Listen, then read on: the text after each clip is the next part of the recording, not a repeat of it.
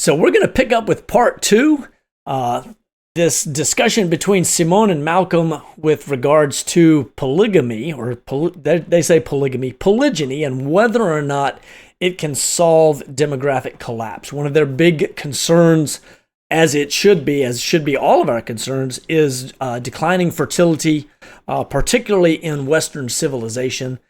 The point is, the Most High has an answer to that, but culture and the church and feminism don't particularly like it. But this is a fantastic conversation we've got going on between Simone and Malcolm. Welcome back. Buckle up. Here's the intro.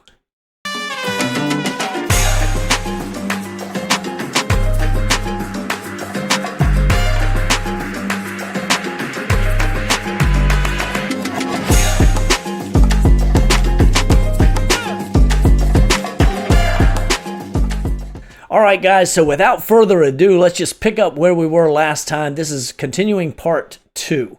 So I'm going to flip the screen around. And we'll continue. So these women, though, they're provided with allowances. They get luxury goods. They get spa treatments. They often share social circles, like they know each other. They hang out. They're all living to each other and close to each other. And this is actually part of there is a bit of a historical precedent for this in China. It's just kind of a little different now because it's modern. What I find interesting, though, is you'd think that this is mostly just something that corrupt CCP officials are doing because they have all the money. But it's and it is true that one report that found that I think 95% of CCP officials investigated for corruption were found to have mistresses like this. So, we got to the end of the last video and they were talking about these villages, the mistress villages in China, and how it's been going on in China and maybe some of the pros and cons of it. Certainly, I expressed that it's far from what biblical polygyny would be and what we would understand as a righteous way to handle things. I think there are considerable problems here. But they'll continue this, and then we'll head back into the rest of this really good discussion. So it's rampant in the CCP. However, also businessmen do this. Truckers do it. They're doing it a little bit less than before because economic hard times, etc. But this isn't necessarily a thing that only certain types of men were doing. But my point is there are multiple types of harem you can do, and I disagree with this style of harem. I think the better style of harem is the Mormon style. And I can also read about this if you want to hear a bit about. In polygamous families, wives often lived in separate dwellings or shared spaces managing their own households. This setup fostered autonomy as husbands divided time and resources among multiple wives.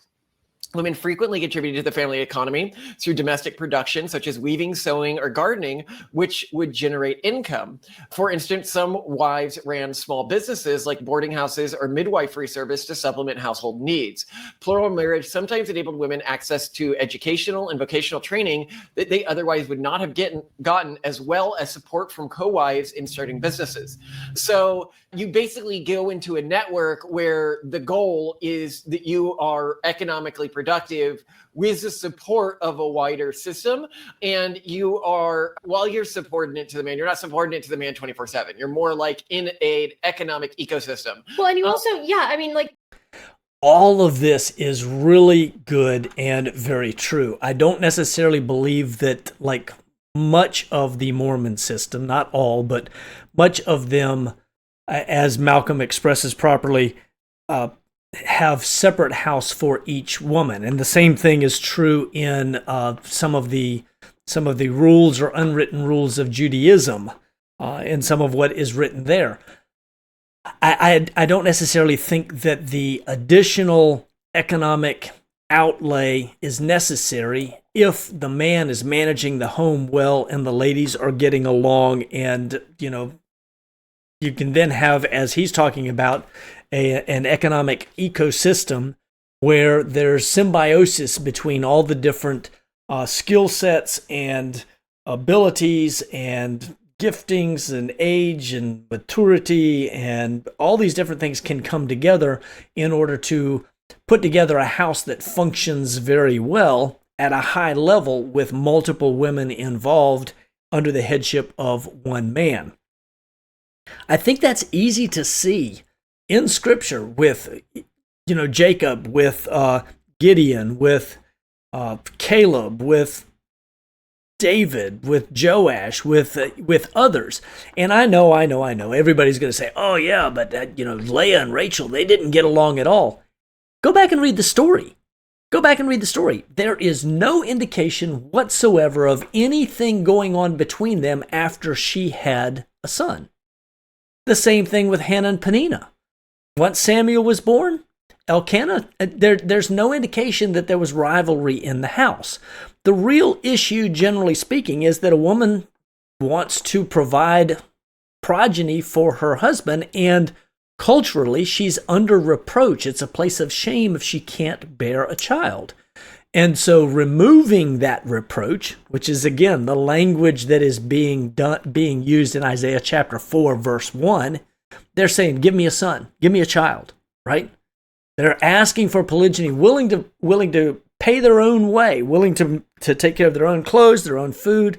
Lodging would be maybe part of the deal, or contributing to the family lodging, however the case may be.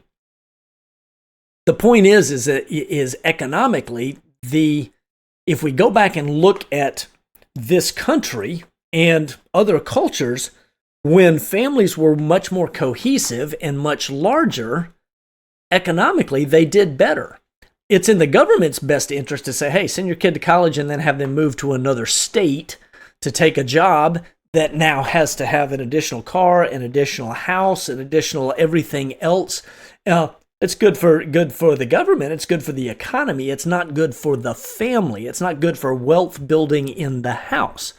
What if instead the family has multiple businesses within the family that are run by it could even be the wives, but ultimately the goal being to pass on businesses to the sons, train them up, develop the training and parts that will benefit the family business portfolio, if you will, and ultimately you establish not just children and you take care of not just women, but now you establish legacy.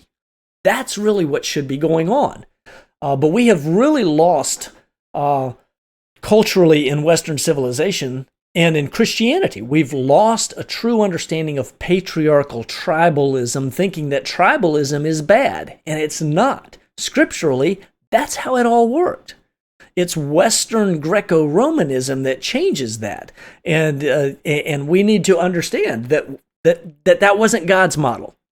That was somebody else's model, and maybe it's worked for a while. I think he's allowed it to work. He's now showing the real flaws in it. Like in general, from a marriage standpoint, we're really supportive, one, of marriages or families in general that have supportive communities. And here you have like a sort of at least a cluster of women who are theoretically able to help each other have out. Like definitionally top wives and stuff like that. Like it's not like the wife and then the mistress, because that's what you see. So right now, where this is mostly like in instances or formats where this is practiced, and typically it's illegal, is you get a much less productive version of this. You basically get the sugar baby. Like in Russia, they're called Sodorzanka. That's like the term for a woman who's materially supported by a wealthier partner. In Kazakhstan and in other Muslim majority countries, there's this role of the toko, like an unofficial wife, who's kind of like in a wife role, but typically in separate housing or apartments arranged by the male sponsor. Sugar babies exist in Western places, and there's a ton of there are sort of concentrated sugar baby communities in Los Angeles, London, New York, Miami. Dubai is another hotspot, but these are primarily people who are not having kids. They're not working, so they're not economically productive. They're not supporting each other. And you're right, like that. And also they don't have any rights. So then they get old, they get ugly or whatever. They get more dumpy and they get traded in for a new model. And then they're screwed. So absolutely no one benefits from that. And I think that's kind of where things are going now. But if we created a legal framework for this. The point I'm making is if you So I don't think we need a legal framework. I think we need men of vision who understand the benefits and how to how to corral or take charge of are not necessarily the right words here that I'm thinking of, but they have the leadership and the vision to be able to integrate and manage and grow all of the assets from whatever the strengths of the individuals coming in are. I think we're designed as humans, male and female, to have dominion and to be fruitful and to multiply.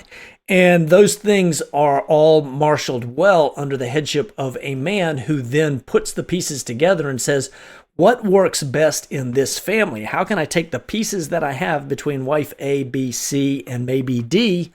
How do those things work best together with my skill set for 1, 2, or 3 businesses that we operate together, right? So this is, they're actually thinking in the right terms here, but that's not necessary for a billionaire. That can easily be done with a family that's got a household income of depending on where you live in this country and what your starting toolkit is. But you can have $70, $100, $150,000, $200,000 a year in cash flow in a family and be able to turn that into multiple businesses. So there are lots of men, you start thinking in the $300,000 to $500,000, $1 million a year range. There are lots of men capable of managing or at least having the resources. Now, what's going on between their ears, or how they can control what their drives are and that sort of thing for benefit instead of just sleeping around and screwing around. That's not what this is about at all. Then we have the ability to build stable family structures with multiple women, multiple businesses, and as Malcolm says, economic machines or economic, what did he say? He was an economic ecosystem, a small ecosystem. So, yeah. Actually, look at the economic situation of women in the United States today. You're probably better off going for the Mormon situation. 100. No, I agree. So being a kept woman, a stay-at-home girlfriend or whatever is dangerous, whereas going into some kind of like Mormon harem situation, Mormon sister wife situation, you are more economically secure. You are more supported in parenting. You're more likely to have kids at all, which is great because that matters to a lot of people. And also, having kids is, we think, pretty awesome. So I'm with you on this. I would legalize it within the context, also just like focusing on child rearing and lasting commitment instead of just like, you're my temporary mistress, I'm going to switch you out. They totally get it. They totally get it and understand right here. Long-term commitment, and the purpose ultimately is building legacy, which requires progeny, children, and then building it so that the women aren't being idle or just fooling around or what have you. Instead, doing it with women who not just desire children, but also desire to be contributors to the family and the man's vision and business portfolio within the family, so on and so forth. So from that perspective, these guys totally get it. And they arrived here just by taking a really hard logical look at the state of the dating landscape, the state of the birth rate landscape, the state of economic landscape, and what makes sense. Wow, God must have known what he was doing when he didn't condemn it. No, I completely agree. I mean, I think like if I was going to take on a second wife, who I would likely target is like a widow who already had kids already, I think would be really, because one, they're already raising kids, so they're not making as much a sacrifice to come into another family. Listen, he's thought this through, and this makes a whole lot of sense. Some of you guys out there, if you're looking for a second, everybody wants to go find a 18-year-old virgin. You know what? There's some benefits to that. But I will also tell you that there are plenty of women out there in the 30 to 40 range that are righteously available, probably widows, but there may be other circumstances as well, who are exactly what you would be looking to add to, and they are exactly needing what you have. it's very hard for them to find a partner if you're a widow who already has kids. And they're often, pretty dedicated people. Or a New York girl who wasted her youth in a city, building up her career and now realizes nobody at her level of education or public prominence is willing to settle down with her. So if any of our fans fall into one of these categories, oh my god, Simone is making this video to let you know I'm trying applications are to 100% intellectually engage. open as long as you live in a separate house. Okay, we have a second house attached to ours that we are happy to rent you. So especially if you take care of childcare duties during the day, you just let us know, so do reach out. Look at what Simone got herself into. This is hilarious. It really is wonderfully funny. And it's wonderfully true. It's wonderfully funny. This is hilarious every time I see this particular portion of the clip, and I guess I stopped it. It's such a great time here. But Simone has already laid out, she understands the benefits that she gets. She understands the benefits to the family. She understands the benefits to the community. She understands the benefits to culture, to the welfare of the nation that we live in. So, and then maybe part of this is shtick as well, but this is hilarious. This is what I get. Our listeners reward us for engaging intellectually with things that are spicy that we might not necessarily be comfortable with. But now I feel like I'm really starting to eat my words. God. Well, so just bring it back. Let's just finish. Let's take it home. I want to know what you think about what I will call the billionaire, the modern 2025 billionaire harem model, which we have seen both pursued by men and by women who are like, I want this model specifically. Like, they don't want to have sister wives. They want something like what Elon Musk has reportedly done. So as you know, Elon Musk has reportedly proposed financial arrangements with women to raise children that are genetically his. The terms are based on legal or recent reporting that took place. I think the New York Times did a big piece on this, and they include basically large upfront payments, high monthly support, and then confidentiality clauses. And we know women who are like, yeah, this is what I want. And multiple women who have approached and been approached by billionaires and been like trying to work out arrangements like this, where they will have children of those men and get support from those men, but they don't plan on necessarily living very close lives with those men. And they also don't want to be involved with other female partners of those men per se, though some have been like, no, I'll be the harem manager. Like, I'll coordinate everyone. So I'm just saying, like, we know people who are both male and female who are looking for this. But what reportedly Elon Musk has offered is that women get as high as a $15 million upfront payment if they agree to keep their child with Musk a secret from the public. And this is the case in all of the billionaire things. Like, there are many for every Elon Musk, because he's a very transparent person. There's like a ton of private billionaires doing by the way, I was just thinking, this is the irony of this. This is talked about in the book, by the way, right? That his harem manager is a Mormon guy. No, that's in the New York Times reporting. Okay, so that's public information. Yeah, his legal fixer is ironically.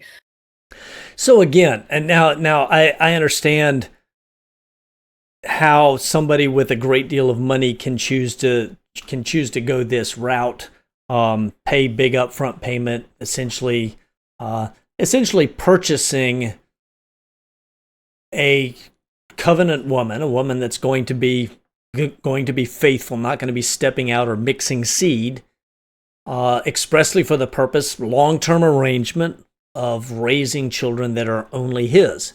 And I totally get that. It's not viable on a large scale simply because I don't think we have as many billionaires in this country as, and maybe I need to do some research, right? But even so, how many children does Musk have? 15, 20, 30, maybe? That's not going to fix the fertility or decline in birth rates here in this country or in the West. It's going to take a whole lot more than that. And that is, as she previously said, legalizing and placing some legal framework. I don't think we even need legalizing. We just need men to be men and women to understand the value and the benefits that they receive, and then find a man that's going to be a man and be a man of his word and a good, strong leader, etc. So. Or not ironically, I don't know, just poetically, a Mormon. But I find it so ironic because today you always imagine this like poor, saddled Mormon guy who doesn't want to be involved in and I was like, controversy. oh, like don't make me manage these women.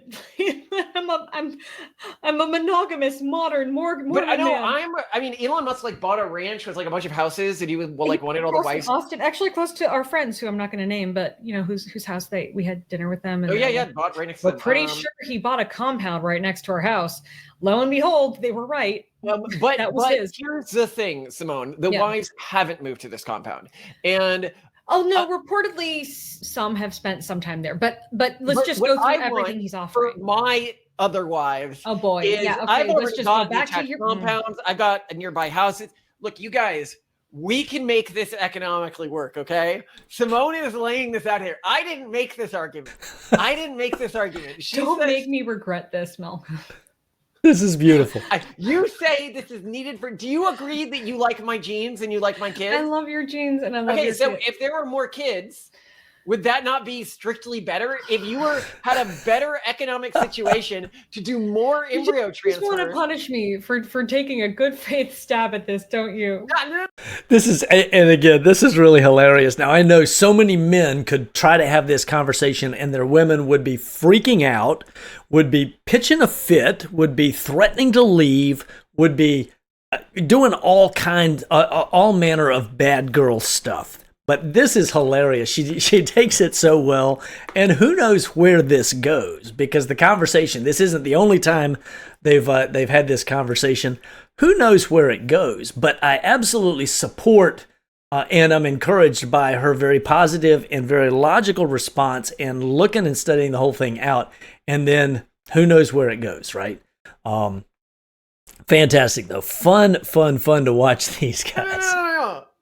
And hold on, Simone, because we have so many embryos stored, many of these women might be out of childbearing age, but they'd have embryos they could use.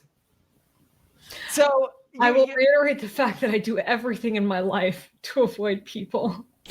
And you get this house all to yourself, Simone. This is everything. You see, I'm glad you. No, but I want you to because you're talking about the sister wife format. I'm talking about the 2025 billionaire format, which is really like. I don't like the 2025 billionaire format. Let's go through more of it though. So like, it's not just the 15 million. Of course, he doesn't like the 2025 billionaire format. He's not a 2025 billionaire. Now he may be doing well, but that's her out. And I don't know. I don't think she pulls that string, but she can say, "Well, you're not a billionaire, right?" So I do think that economically and for lots of reasons, polygyny makes great sense, and they make the case for us. Makes great sense, particularly for a woman in her 30s or early 40s that is recognizing that, you know what, I've got to make some choices and some decisions. I've got assets, or I've got skill set, or I've got both, and I can be a net positive in a man's house. I'm going to go find a good man who understands this and is willing to take me on, and I have a place to grow old, potentially have some children before that time, a place to belong, a place to add meaning and value and contribute and have life instead of a cat and a house payment. Million up to $15 million upfront payment if you keep it confidential. Some proposals have included $100,000 per month in payments, also up to $2.5 million in support, plus annual payments of $500,000. That's just crazy. Why? Even when disputes over paternity are. Why would you support a woman? I don't care who you are, except for being, I guess, she's talking about the uber wealthy, but why would you give a woman $2.5 million or $1 million a year, $83,000 a month? You get $83,000 a month to take care of my kid. I just think that is such a waste of assets and resources. And anyway, that's me. Are unresolved. He does require paternity tests, but you also paternity test every kid that we have. And like, yeah, I do paternity tests. People wonder, like, we do implantations, but there could be a mistake. Yeah.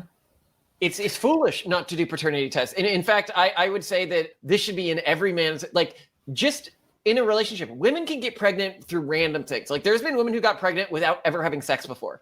Did you hear about this one? Well, and there's all the cases of fertility clinics. Yeah, just no. But this one I found interesting was the woman who was stabbed by a knife, I think, that had semen on it, and it went into.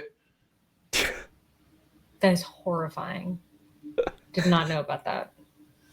Yeah. No thanks. Well, anyway, though, yeah, I think functionally, we're already seeing a lot of it. We're seeing it mostly in unproductive formats, meaning that this is women who are being used and discarded, rendered sort of economically disempowered and childless, and men kind of wasting years and money, both of their own time and of other women's valuable time. When instead, if governments were going to embrace this, they could help to address the issue of like them not being willing to pay for kids to get raised and having the ability to sort of, with a little legislative shift, to make that a little more doable. Mm-hmm. And again, Simone is exactly right. It wouldn't take a whole lot for governments to recognize, you know what, we've got declining fertility rates, and we've got women that are willing to bear children, and we've got men who are willing to take care of them. It's just that it's going to require allowing and legislating polygyny. Makes perfect sense. Now, I am not a fan necessarily of more government, not a fan of more legal. To be honest, I think government should be out of the marriage industry and the divorce industry and all of that altogether. I think that should ultimately be family, clan, and community stuff instead of supporting a whole bunch of baby mamas and food stamps and so on and so forth to pay people not to be married. That's crazy. But she's exactly right. It wouldn't take a whole lot for the government simply to say, you know what? And maybe it's already happened, as I said before, where they're just turning a blind eye. They don't want the battle. They don't want to. They don't want the political fallout of trying. For example, the church would be livid if there was polygyny legislation to go through. Church would go crazy, and the political party that pushed it would pay a price. On the other hand, if they just benign neglect, leave it alone and let it just happen as it happens and quietly bow out of the whole marriage industry, marriage licensing and the whole 9 yards, that would make a lot more sense. It would make a lot more sense if they just get out of the way, right? They have no business being involved in that in the first place. I do think, however, we would need to address the needs of the guys who are not reproducing, the ones who are left over. However, we've come to a point in human history where there are more options for them than ever before. We have the AI girlfriends. We also could, I think, like in a world where this would make sense, is also a world in which governments not only legalize this broadly, but also allow for the creation of more charter cities and communities that are strictly monogamous, that are like, no, we're super not cool with this and we're not going to do it. And they can go.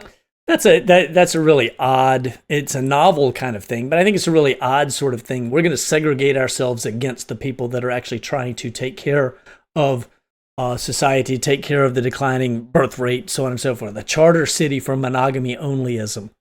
That sounds like trouble.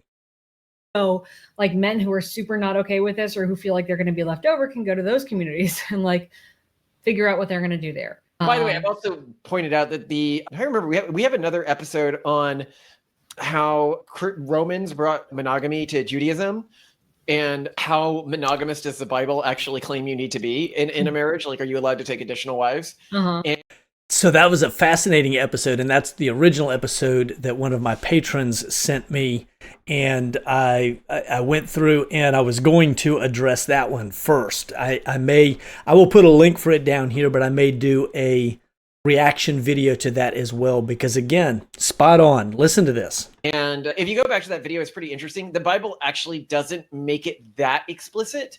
And the reason they don't make it that explicit is basically the Bible assumes that everyone is monogamous, but it doesn't explicitly require it. Depending I on think it's my reading of the Bible and biblical text and all the various examples where there are sort of multiple women coming into a marriage for whatever reason, is that it's really, you can see it just a practical manifestation of what I said anthropologists have found, that 80% of societies were polygamous. Well, it's just that most marriages were monogamous because most men could only handle one woman. So I actually think Israel was more polygynous than just 5 to 10 or 15%. I think it's higher than that. And we can see the evidence for that in First Chronicles chapter 7, verses 4, 5, and maybe 6, where it talks about the sons of Issachar being able to field more warriors because they had many wives. And so this isn't just going to be a small percentage. It was a high percentage. And Israel was allowed to take war brides. Typically, they weren't allowed to just attack. It was only when the father said, so-and-so, or what have you. But that's a lot more nuanced and challenging conversation. The point, though, is that while they say that they think that it was more of it was largely monogamous, but, you only need a small percentage to be polygynous to be officially a polygynous society, I think that the Father never condemns it precisely because there are plenty of times where Israel lost tens of thousands or even as many as 100,000 men in combat, in a battle or in a war. Go back and read so many accounts of that. Well, how do you take care of all of those women? Almost always you've got more women than men at every point in history, every time, simply because baby boys die at a higher rate. SIDS occurs more with baby boys. Boys do more dangerous things. Boys go off to war. Boys or men do more dangerous jobs, etc., etc., etc. And so almost always, I think I can safely say always, with the exception of China's one-child policy where the girls were the ones being killed, that women outnumber men. And so there always are going to be at least a small percentage of women over and above a 1-to-1 ratio, meaning polygyny is necessary to sop that up, or you have women that are free radicals trying to get a man divorced so that they can then capture and take that man. Which we see that we used to see that happening. We still see that happening a lot with what we would call home wreckers in this culture, opposed to having legalized polygyny, which it's regulated by Scripture. God says, if you're going to do it, this is how you do it righteously. And he gives multiple different places that says, if you have 2 wives or if you have more than 1 wife, this is how you handle it righteously.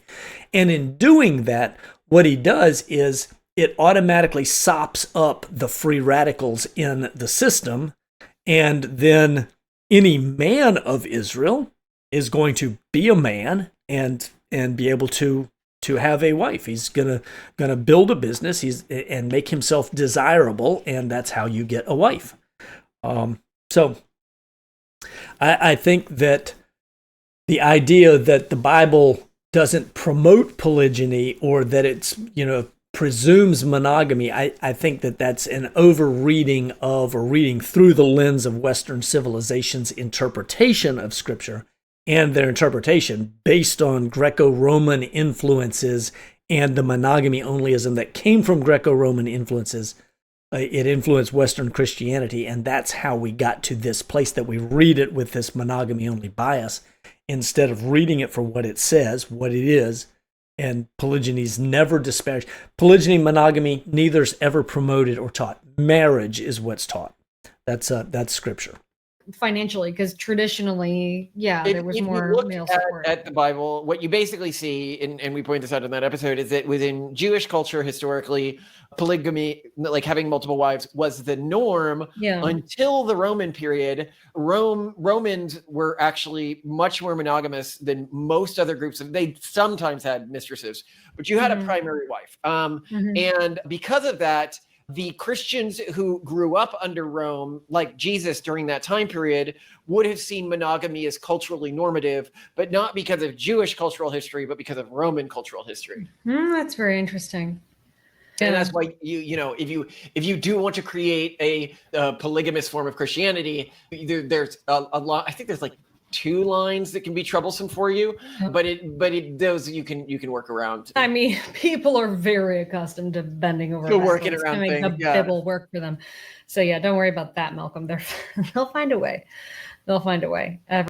So he pulls up, and I think he does this in just a second, but it basically cites the 1 Timothy 3 passage and the Titus 1:6 passage, husband of one wife, and then also talks and so we've addressed those and demonstrated over and over that A, I think it's a bad translation, but B, there's no way that that's normative for everybody.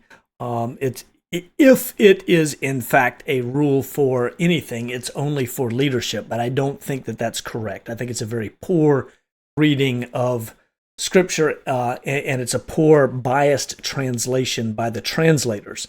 Again, we cover that and disassemble that in multiple videos, different places, different times, all sorts of things.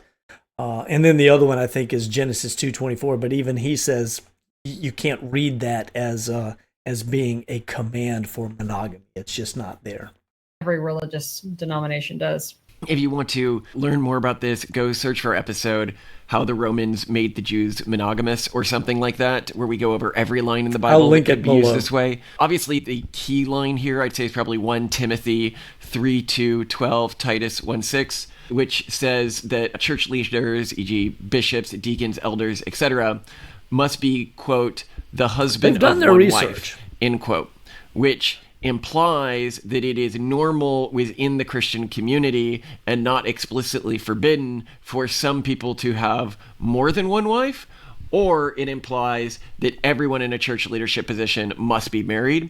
Yep. I think the latter, given that it was assumed the norm within that society that you were monogamous, but that obviously leads to big problems for groups like Catholics and even many Protestant denominations which don't force church leaders to be married, which I think that you should, but that aside, you either have to say either polygamy is normal and acceptable, he's just punching holes, just not within punching holes in Christendom, or man-made all church leaders have to be married. The second most argued for it thing is when they talk about something like Genesis 2:4, therefore a man shall leave his mother and father and hold fast to his wife, and they shall become one flesh. But I point out that that's not a very good argument, because what's clearly being talked about there when it says they shall become one flesh is they shall literally become one flesh through their children, not that they like merge together into a single person or homunculus or something like that. Homunculus. Then most of the other arguments come downstream of describing Christ's relationship with humanity as being like a husband to a wife, and that relationship is being singular, except it's not singular because there's one Christ and a lot of humans. And so if Christ is like the husband and humanity are like the wives, that is, or God is like the husband and humanity is like the wives, that would support polygamy. Well, then I will leave it at this. If you are a single female viewer and you're looking for your polygamous husband, reach out to Malcolm, who's clearly just waiting for you to line up. Go ahead. Yeah. Go for it. And I love you. I love you, Simone. You're the one who did this episode, okay? I didn't choose this topic. I didn't prep this episode. I didn't say you should argue this. No. I have argued against this in previous episodes where I say the Andrew Tate solution to marriage collapse. Dear white men, This whole thing has been absolutely hilarious. It's fantastic. It's a great episode. The rest of this is really good. As he heads into some other stuff here, that good fatherhood. I love the great big empty. I don't know if it's a living room or if it's a dining room that has beautiful wood floors. He's got 3 or 4 little boys that are running around. And they've got a. I loved the toy front end loader, or I think it's a front end loader that you can drive around and pick up toys with. I assume that's what it's used for, is clean up, right? Our boys would always sing, clean up, everybody, everywhere, clean up, everybody, do your share.